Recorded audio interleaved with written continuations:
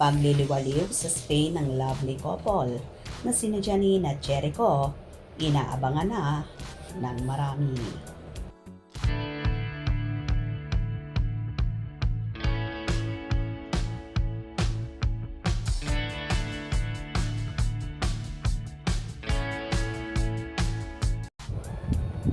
Iba talaga ang spark ng real-life couple na sina Janine Gutierrez at Jericho Rosales. Bukod sa game na game kasi ang dalawa sa pagsagot ng mga tanong ng Tattlers Quick Fire. Kapansin-pansin na happy talaga sila together. Nang tanungin kung ano ang gusto nilang super power, sinagot ito ng Janine ng to be able to teleport, habang to be able to breathe underwater naman ang kay Jericho. Aliw rin ang sagot ni Jericho sa kanyang pet peeve na when the toilet paper is not put the right way, na sinang-ayuna naman ng girlfriend niya. Samantala sa tanong na what song best describe your relationship, magiliw naman itong sinagot ni Jericho. There's this original song that she sings. It's Good Morning Pineapple, Good Morning to the Cutie Pie, na ikinatawa naman ni Janine.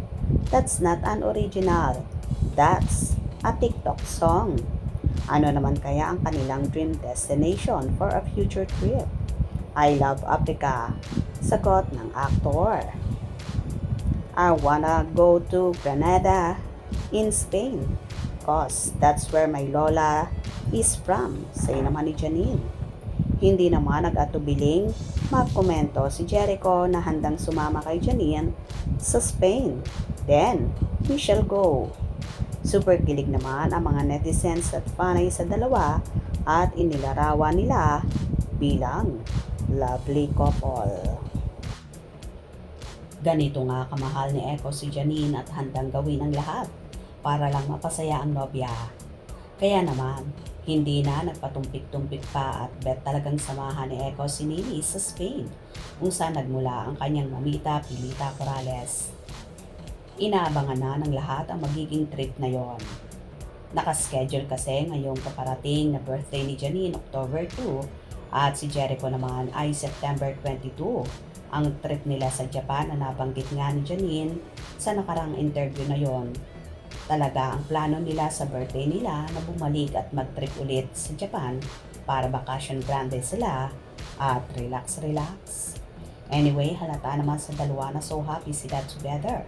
Kaya naman yung iba, hinihinala na tila magkalipin na raw ang Ekunin dahil tila hindi na raw mapaghiwalay ang dalawa. Malimit kasi silang namamataan na magkasama, lalo na kapag may free time sila sa isa't isa. So happy naman ang fans ni Janine na natagpuan na raw ng dalaga at nasa tamang tao na.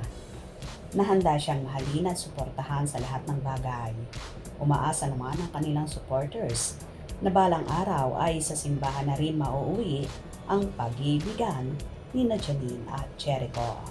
Gusto niyo ba yon? Kung nagustuhan niyo ang video na ito, comment down below.